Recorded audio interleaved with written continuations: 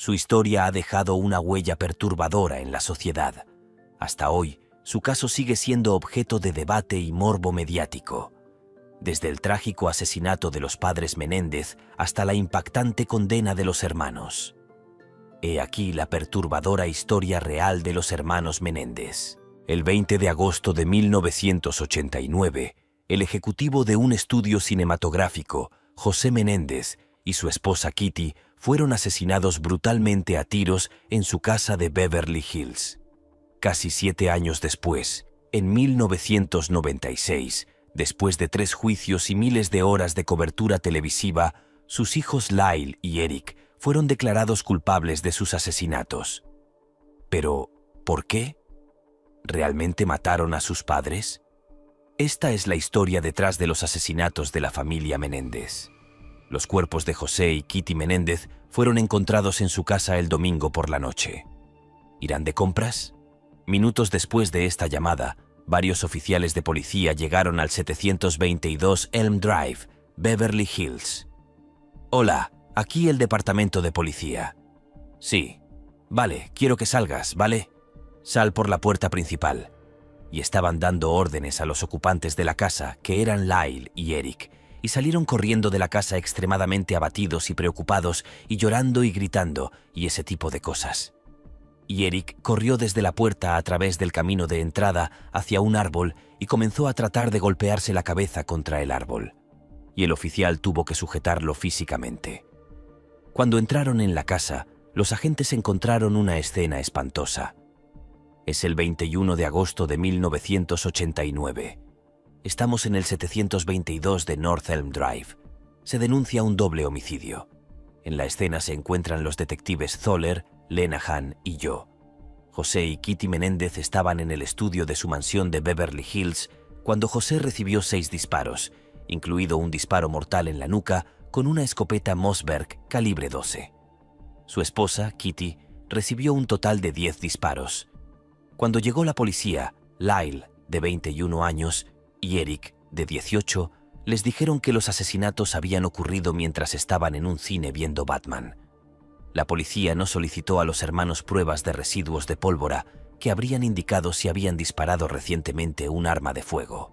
Al principio no sospechaban que el angustiado dúo pudiera ser el responsable. La policía de Beverly Hills, California, está investigando la muerte a tiros de un ejecutivo de una empresa de entretenimiento y su esposa. ¿Cuántos disparos crees que se dispararon? Aproximadamente 6 seguidos. Durante toda la mañana, los detectives y técnicos del laboratorio forense continuaron buscando pistas detrás de las enormes puertas de roble y las ventanas ornamentadas. En las horas y días posteriores a los brutales asesinatos de José y Kitty Menéndez, una sensación de miedo e incertidumbre se apoderó del tranquilo y adinerado vecindario. Las calles, que alguna vez fueron serenas, ahora estaban ensombrecidas por el horripilante crimen que se había desarrollado en la gran mansión de Elm Drive. Pensé que estaba en otro lugar, ¿sabes? ¿Qué? ¿Piensas eso? Bueno, no pensé que estaría aquí, justo donde vengo a trabajar. Después de lo que pasó aquí anoche, algunos de los vecinos están preocupados y asustados. La sensación habitual de seguridad se vio destrozada por la violencia impactante que había estallado en su entorno. Cuando se difundió la noticia, la comunidad quedó conmocionada, sin saber qué hacer con este ataque salvaje. ¿Se trató de un ataque planeado? ¿Un acto de venganza calculada? Incluso la policía, experimentada en el manejo de casos de alto perfil, al principio no supo qué hacer. ¿Fue o no un golpe? ¿O fue un robo? ¿O fue otra cosa? No estamos seguros y no estamos especulando en este momento. Mientras luchamos por reconstruir el rompecabezas de este horrible evento, la brutalidad del crimen planteó innumerables preguntas, dejando a todos nerviosos y en busca de respuestas. Mientras los investigadores trabajaban incansablemente para desentrañar el misterio, la impactante realidad de lo ocurrido comenzó a calar, alterando para siempre las vidas de aquellos relacionados con la familia Menéndez. José Enrique Menéndez nació en La Habana, Cuba, el 6 de mayo de 1944 a la edad de 16 años. Poco después de la conclusión de la Revolución Cubana, se mudó a los Estados Unidos. José continuó sus estudios en la Southern Illinois University, donde conoció a Mary Louise Kitty Anderson. La pareja se casó en 1963 y se mudó a la ciudad de Nueva York, donde José completó una licenciatura en contabilidad en el Queens College. Su primer hijo, Joseph Lyle, que más tarde eligió ser conocido por su segundo nombre, nació en 1968. Después del nacimiento de Lyle, Kitty dejó su trabajo como maestra y la familia se mudó a Nueva Jersey. Allí nació Eric. En 1970, la familia se instaló en Hopewell Township, donde ambos hermanos asistieron a la Princeton Day School. En 1986, la carrera de José como ejecutivo corporativo llevó a la familia a Beverly Hills, California, ya que se había incorporado a la empresa, conocida entonces como International Video Entertainment. Los chicos vivieron un estilo de vida mimado y crecieron con todas las ventajas económicas. Recibieron entrenamiento de tenis de élite y ambos eran extremadamente hábiles en el deporte. Con la ayuda de la intervención obsesiva de su padre, Eric acabó siendo un jugador de tenis de renombre nacional en su categoría de edad. Mientras que Lyle estaba destinado a seguir los pasos de la carrera empresarial de su padre, José era conocido por ser un padre muy exigente que hacía trabajar a sus hijos hasta el cansancio en el atletismo y en todo lo demás. José tenía una fortuna de unos 14 millones de dólares al momento de su muerte. En los meses posteriores a los asesinatos, Lyle y Eric Menéndez comenzaron a gastar a lo grande en artículos de lujo, negocios y viajes. Lyle regresó a la zona de Princeton y comenzó una especie de frenesí de gastos. Sus amigos dicen que pensaron que era su manera de lidiar con su dolor. En varias semanas compró ropa, un Rolex, un Porsche de $62. En lugar de volver a la escuela, compró un restaurante, diciendo que su madre habría estado contenta. Eric contrató a un entrenador de tenis a tiempo completo y compitió en varios torneos en Israel. Durante un tiempo, Lyle contrató a estos guardaespaldas, alegando que temía por su vida porque su padre tenía muchos enemigos en los negocios. Los hermanos finalmente dejaron vacía su mansión de Beverly Hills y decidieron vivir en condominios vecinos en la cercana Marina del Rey. También cenaron en restaurantes de lujo y viajaron al extranjero, al Caribe y a Londres. Juntos gastaron alrededor de $700 antes de que la policía los declarara sospechosos. Aunque la conducta de los hermanos después del crimen puede parecer extraña, no constituye una prueba concreta. Sin embargo, después de los asesinatos, el ex psicólogo de Eric Menéndez, el Dr. Jerome Osiel, se puso en contacto con su antiguo paciente y comenzó a asesorar al hermano menor de los Menéndez una vez más, y el hermano mayor, Lyle, también se unió a las sesiones. Casi 6 meses después, en marzo de 1990, las autoridades recibieron un aviso inesperado de Judalon Smith, el amante extramatrimonial del Dr. Osiel. No quisiera tener hijos que se parecieran al Dr. Osiel, quien se convirtió en un denunciante de lo que ella percibía como su comportamiento controlador. Osiel hizo un esfuerzo tremendo para convencerme de que mi madre estaba intentando matarme y envenenarme. Perdón. Me aisló de todas las personas que conocía. Muy bien, esperemos a la siguiente pregunta.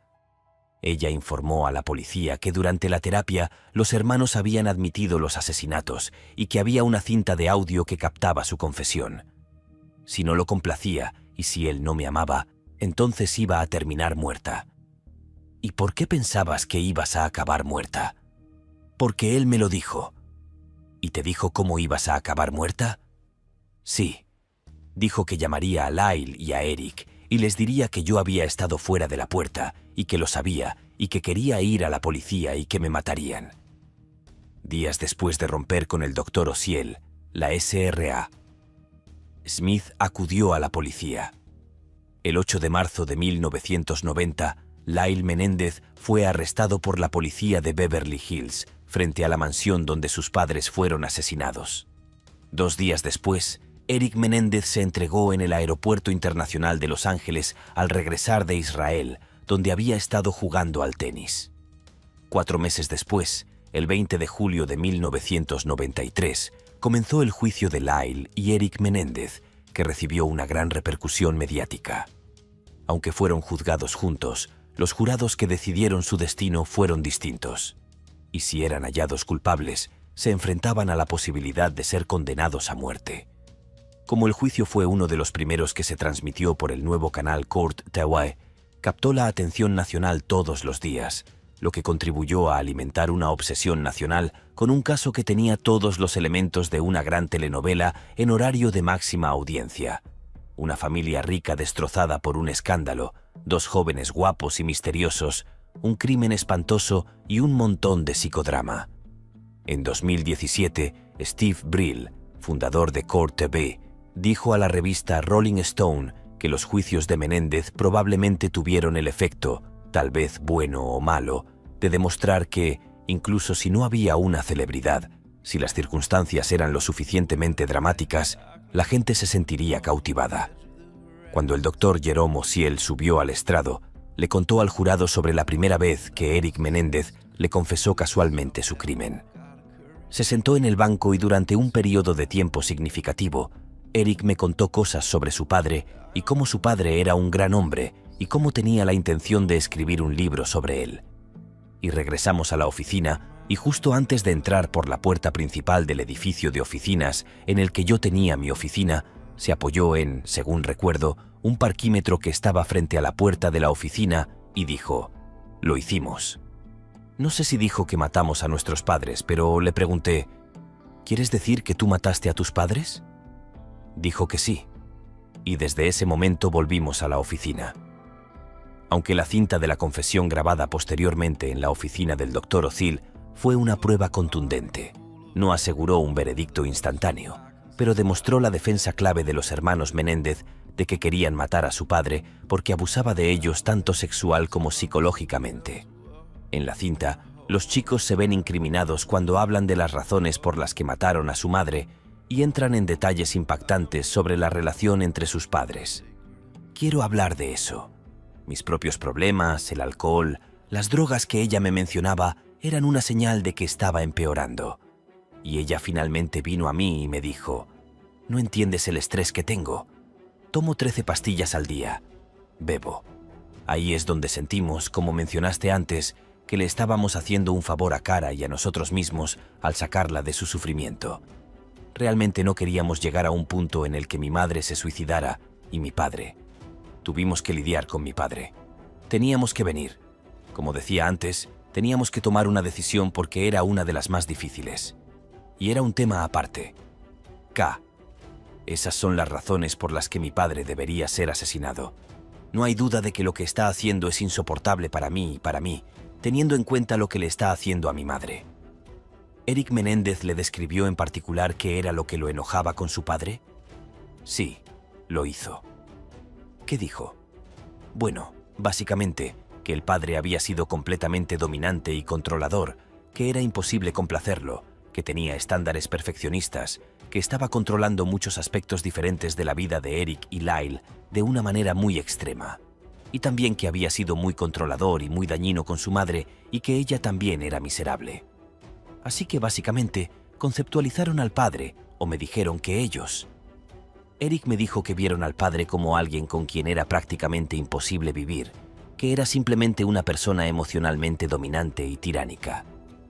Pero el doctor Osiel aquí apenas está arañando la superficie de lo que los hermanos Menéndez afirmaron en su testimonio. Cuando Eric Menéndez subió al estrado, detalló la naturaleza y el efecto que los años de abuso sexual por parte de su padre tuvieron sobre él. ¿Cuál crees que fue la causa original por la que tú y tu hermano dispararon a sus padres? Yo te lo digo. Se lo digo a Lyle. ¿Qué le dijiste a Lyle sobre algo que estaba pasando?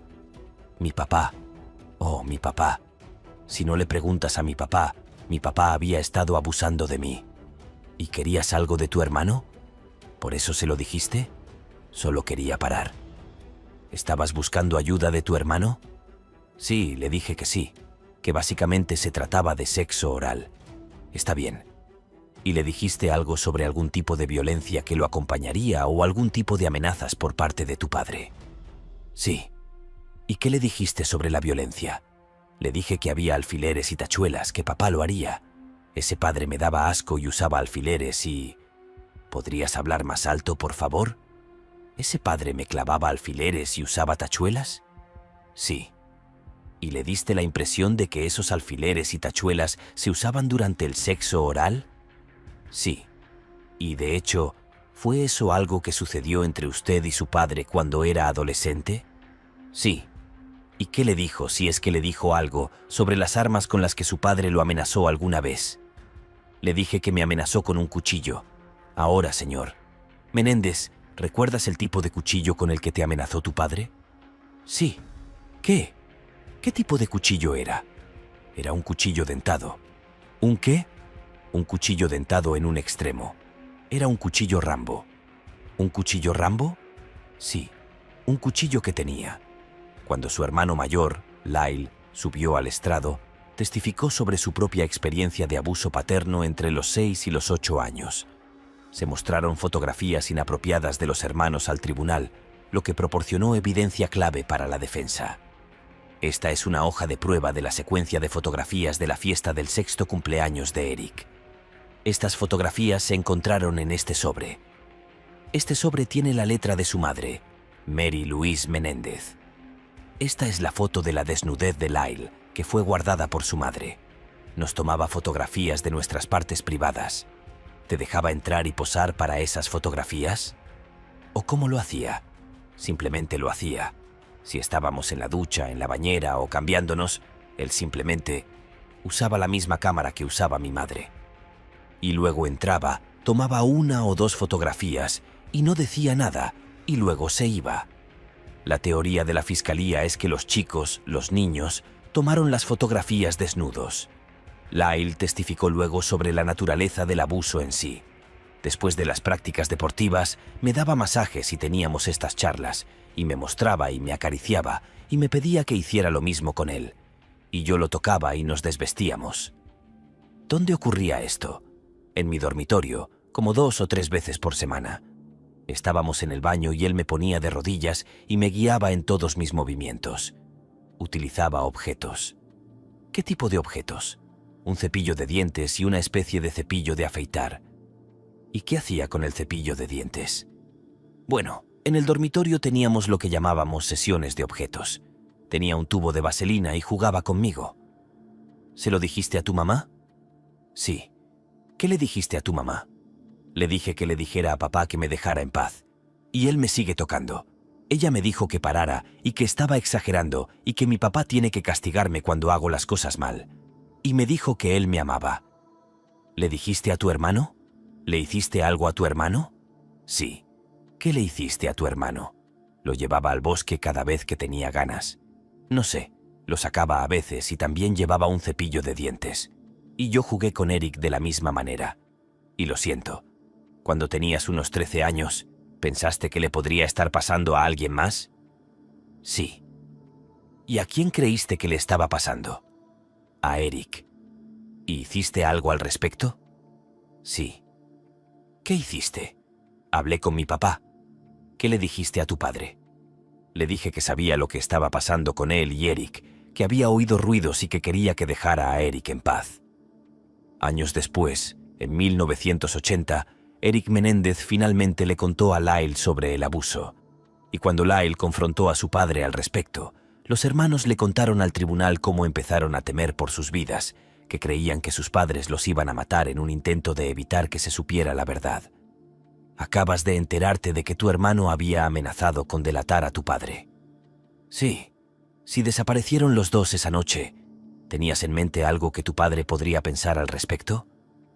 Bueno, pensé que papá nos iba a matar. Y no importaba a dónde fuéramos, a cualquier parte, él nos iba a matar. Obviamente, mi padre pensó que Lyle y yo íbamos a ir a contárselo a alguien. Así que si saliste de casa esa noche, ¿qué crees que tu padre habría pensado que íbamos a contar? Que habías ido a contárselo.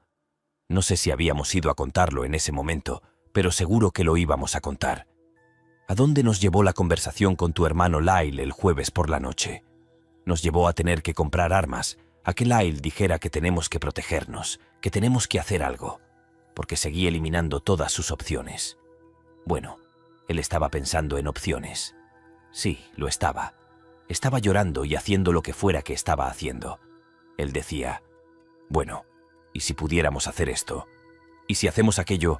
Me dijo, Tranquilízate. Ya lo solucionaremos. Y yo no estaba siendo de mucha ayuda. ¿Pensabas que alguna de las opciones funcionaría? No. Entonces se tomó la decisión de intentar protegerse a sí mismos, ¿es así? Sí. Y estabas hablando del hecho de que papá te mataría, ¿es así? Sí. ¿Pensabas que tu madre lo detendría? Oh, pensé que mi madre lo haría con él. No había nadie. ¿Y el otro? ¿Por qué pensaste que tu madre lo haría con él? Porque así era mi madre. Lo era. Eran un gran equipo. Aparte del hecho de que mi madre odiaba, eran un equipo. ¿Estabas tan seguro de que tu madre te odiaba antes del jueves por la noche como lo estabas después? Después. Definitivamente lo sabía. Quiero decir, por haberlo sabido durante todos esos años, sabía que debía haberme odiado, pero lo hacía. También lo pensé antes. En cuanto a otros testigos, Allen Anderson, primo de Lyle y Eric Menéndez, testificó sobre su experiencia con la familia Menéndez, describiendo la dinámica del hogar y las cosas extrañas que sucedieron durante sus visitas. Anderson, durante el tiempo que estuviste en esas casas, nunca viste ningún abuso sexual, ¿verdad? No se nos permitía entrar en la habitación. No viste ningún abuso sexual, ¿es correcto? Si no quieres considerar las duchas que se dieron juntos después de jugar al tenis, me pareció un poco extraño. ¿Y hubo algún momento en el que, al limpiar la habitación, encontraste algo inusual? Encontré un recipiente de Tupperware debajo de la cama. ¿Y qué había en el Tupperware? ¿Restos de heces?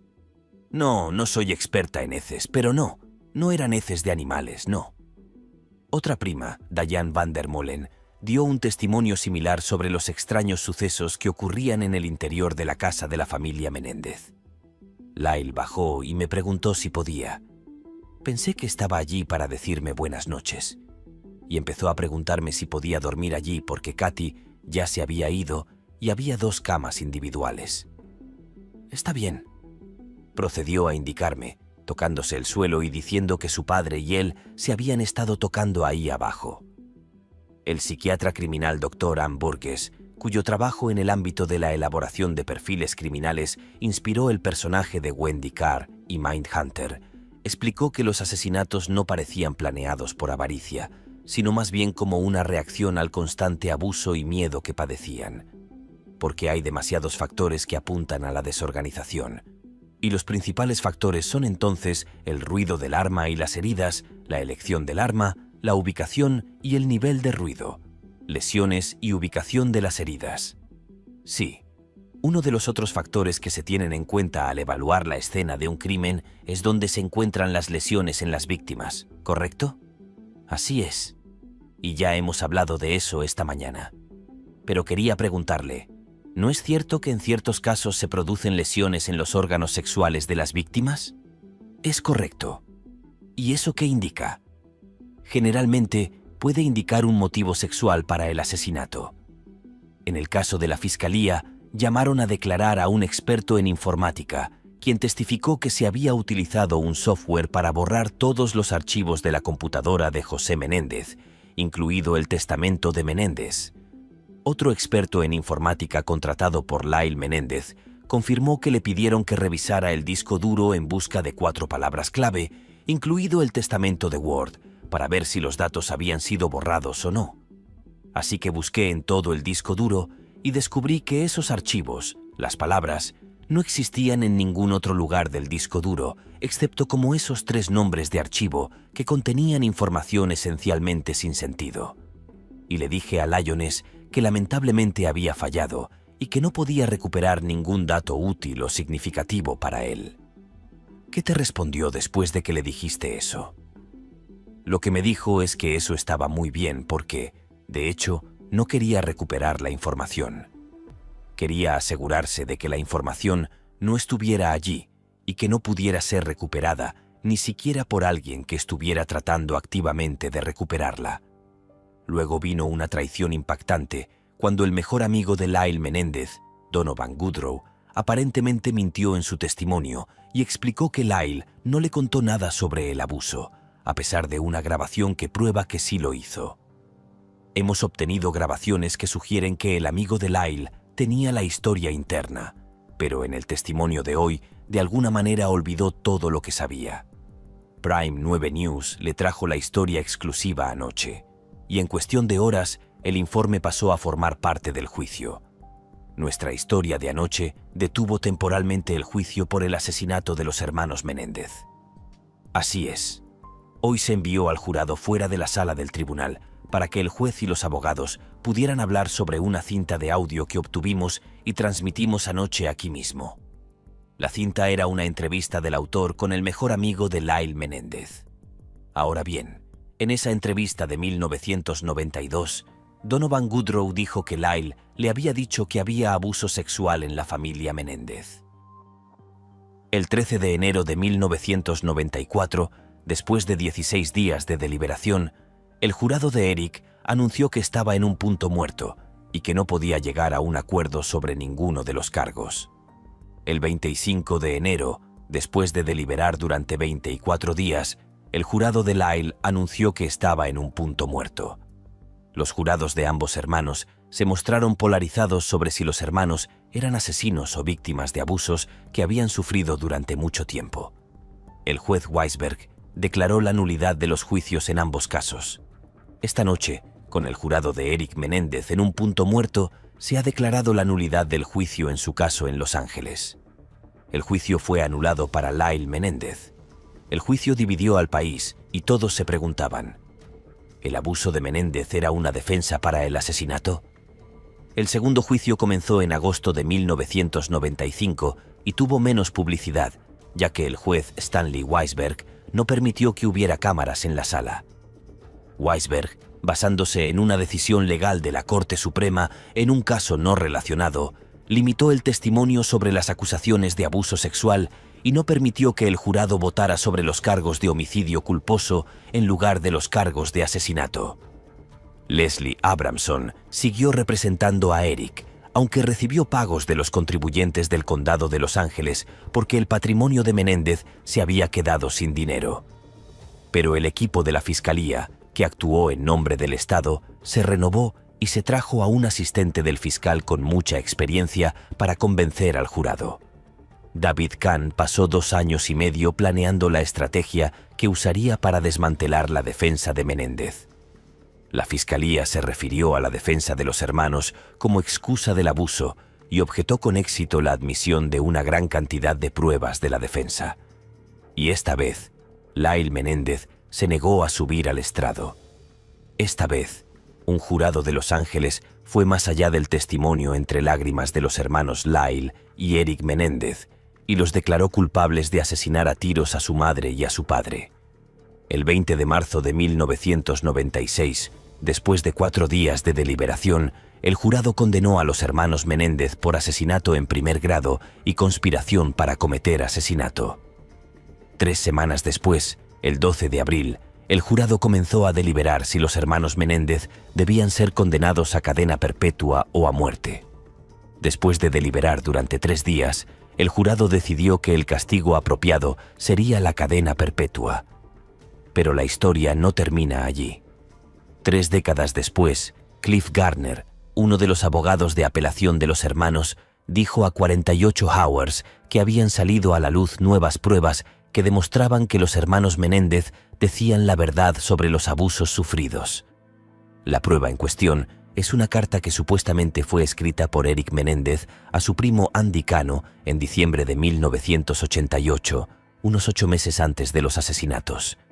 A veces desearía poder hablar con ella sobre cosas, ya sabes, algún día, especialmente con papá y conmigo. Pero la forma en que lo adora y le cuenta todo, tengo mucho miedo de que ella le diga lo que yo diga. No puedo arriesgarme. Lyle tuvo una gran pelea con ella sobre por qué no podíamos pasar la Navidad con el resto de la familia. Y mamá se asustó y dijo que si él quería irse, podía hacerlo solo. No sé por qué quiere hacerle daño de esa manera. Lyle quería quedarse, pero papá no lo dejó. Así que ahora estoy atrapada aquí sola. He estado tratando de evitar a papá. Sigue sucediendo, Andy, pero ahora es peor para mí. No puedo explicarlo. Tiene tanto sobrepeso que no soporto verlo. Nunca sé cuándo va a suceder y me está volviendo loca. Todas las noches me quedo despierta pensando que podría venir.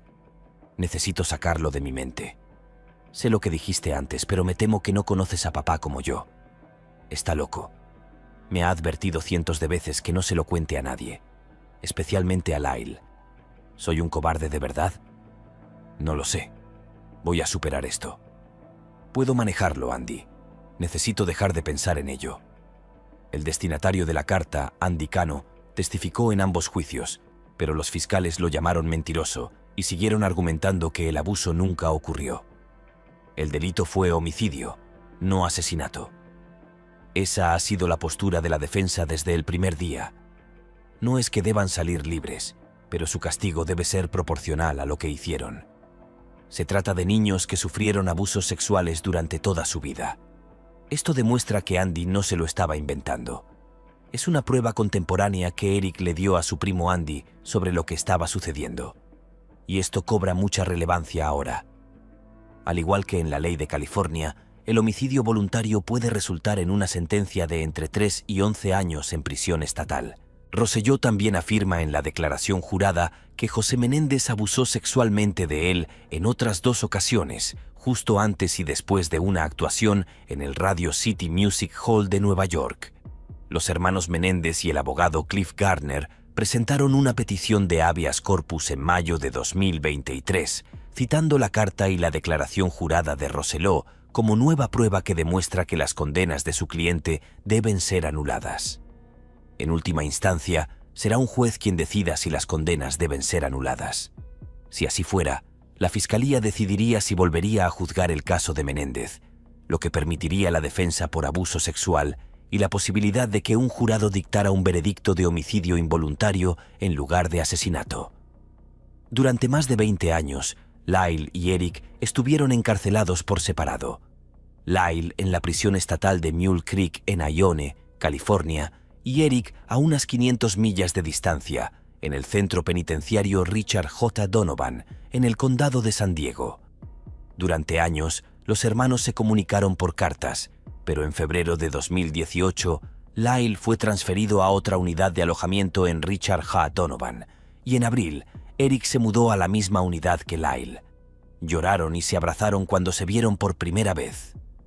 En 1999, Eric se casó con su amiga por correspondencia de toda la vida, Tammy Ruth Sakomin, con quien tiene una hijastra, Talia. Tammy escribió un libro sobre su relación y sus experiencias. También se dedicó a la pintura e incluso regaló un retrato a la comediante Kathy Griffin y junto con otros reclusos intentó reformar la prisión. Lyle se desempeñó como presidente del gobierno de reclusos en la prisión estatal de Mule Creek y trabajó en un grupo de apoyo para otros presos que sufrieron abusos sexuales. De 1996 a 2001 estuvo casado con Anna Erickson. Sin embargo, la exmodelo se divorció de él cuando descubrió que había estado escribiendo a otras mujeres. 2 años después, se casó con Rebecca Sneed, una ex editora de revistas que se convirtió en abogada defensora de Sacramento. Pero a pesar de la reforma penitenciaria, los múltiples matrimonios y las frecuentes adaptaciones mediáticas, la lucha de Menéndez por la libertad nunca ha ganado tanta fuerza como lo ha hecho. En los últimos años, un grupo de jóvenes usuarios de TikTok están liderando un esfuerzo para liberar a los hermanos Menéndez, creyendo que fueron condenados injustamente por asesinar a sus padres. Estos partidarios, algunos de ellos de tan solo 12 años, sostienen que los hermanos actuaron por miedo y están pidiendo clemencia, incluso escribiendo a las autoridades de California. Pero a pesar de haber cumplido 34 años de su condena a cadena perpetua, parece que la historia de Lyle y Eric Menéndez no ha terminado. Gracias por ver este video. Hasta la próxima.